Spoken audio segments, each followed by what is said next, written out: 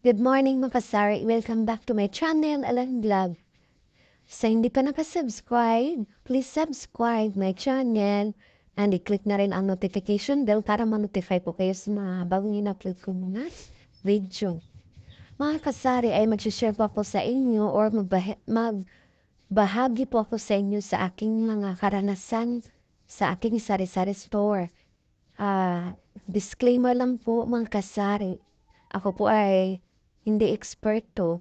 Itong ibabahagi ko ay base lang po ito sa aking mga karanasan. Ginagawa ko po ito lahat ng aking mga karanasan at in-upload ko or ini-share ko sa inyo para din meron pa yung mga matutunan.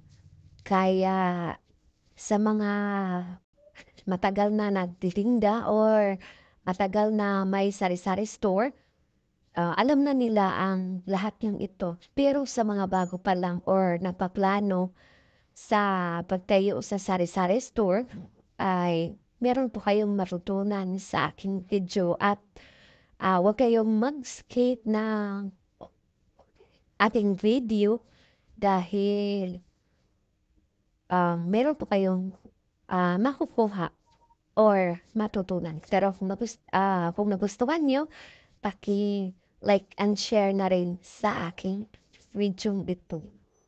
Mga kasari ay mag-share po ako sa inyo ngayon. Base lang po ito sa aking na-experience. Sa'yo nagpabariya, pero sa ibang bumibili.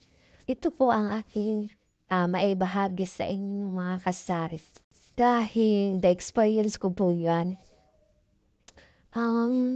maraming business na po ito na nangyari sa aking sari-sari store na dito nagpabariya pero sa iba bumibili. Ang sakit po. Dahil ang kanilang binibili ay nandito sa ating tindahan. Alam na po nila kung ano ang mga meron at wala dito sa ating tindahan. Aking tindahan na hindi po masyadong malaki at hindi po masyadong maraming ang aking mga paninda. Meron talaga na wala akong parinda sa mga hinahanap nila.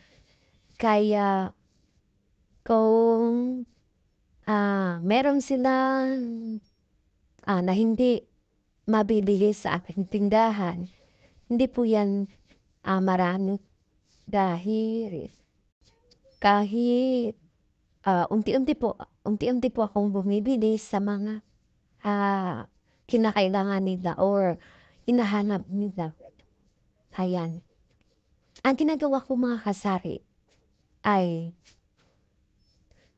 kung dito nagpabarya at sa iba bumibili, po tayo meron pong bumibili. At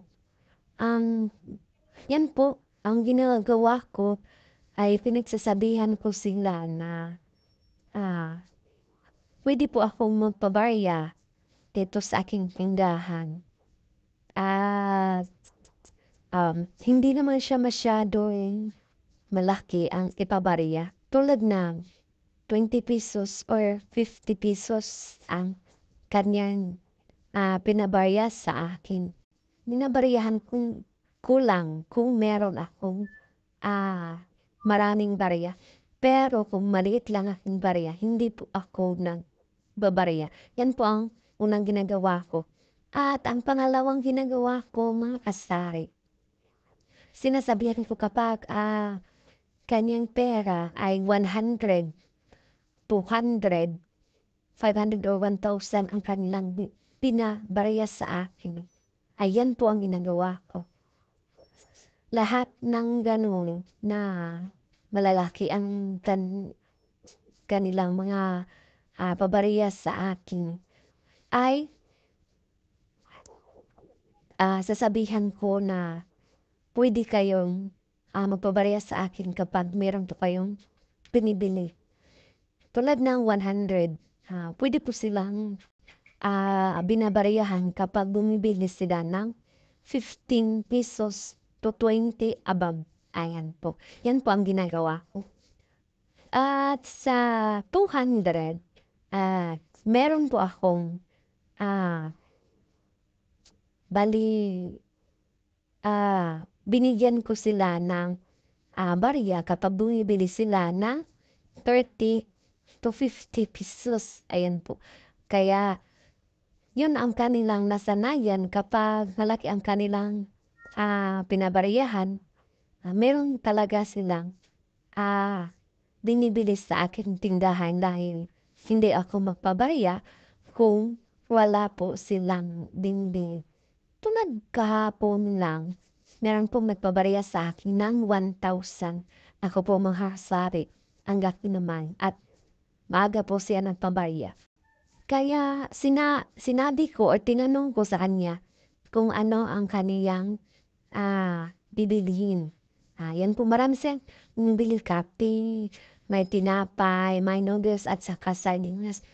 May total sa kanyang binibili ay, 95, yan po, 95 po ang kaniyang, binibili kaya pinabarya ko na pinabarya ko po at ang sinusupli ko ay dalaga po kung anong, kinakailangan niya kapag sinabi niya ay meron pong tag-50, 100 or may limang piso, yan po ang ibinigay ko po sa kanya.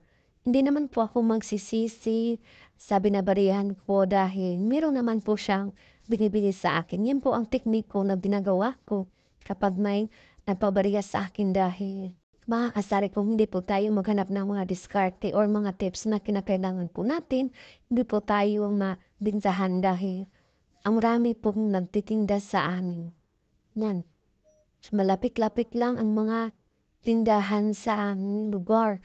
Kaya yan, ang tips ko na kung mapabarya sa akin at hindi ko bumibili sa aking tindahan, hindi talaga ako mapabarya kung malaki ang pera. Pero kung 20 or 50 pesos, pwede po kayong mapabarya sa akin. Yan po mga kasari ang aking, ginagawa.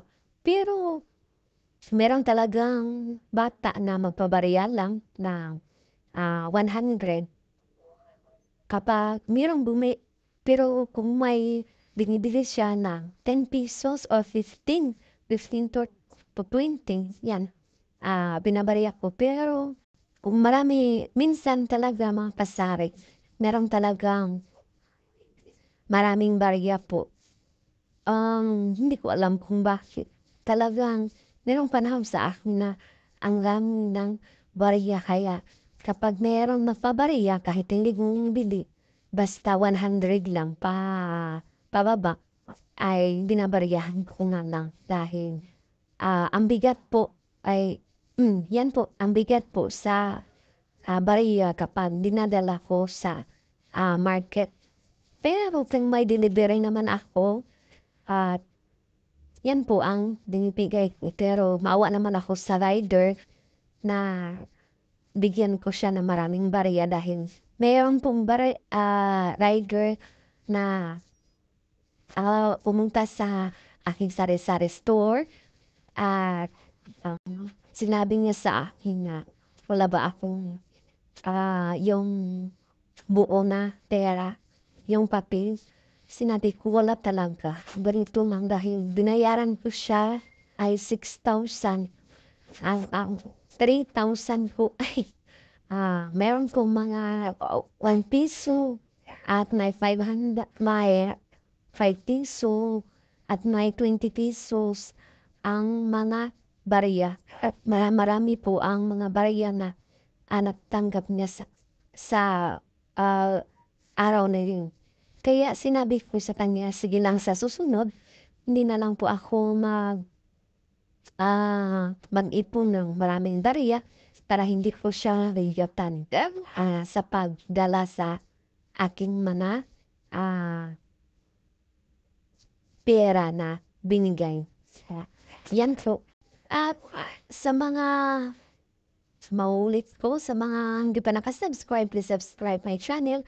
And kung nagustuhan niyo po ang video kong ito na ma-share sa inyo, like and comment na rin mga kasari.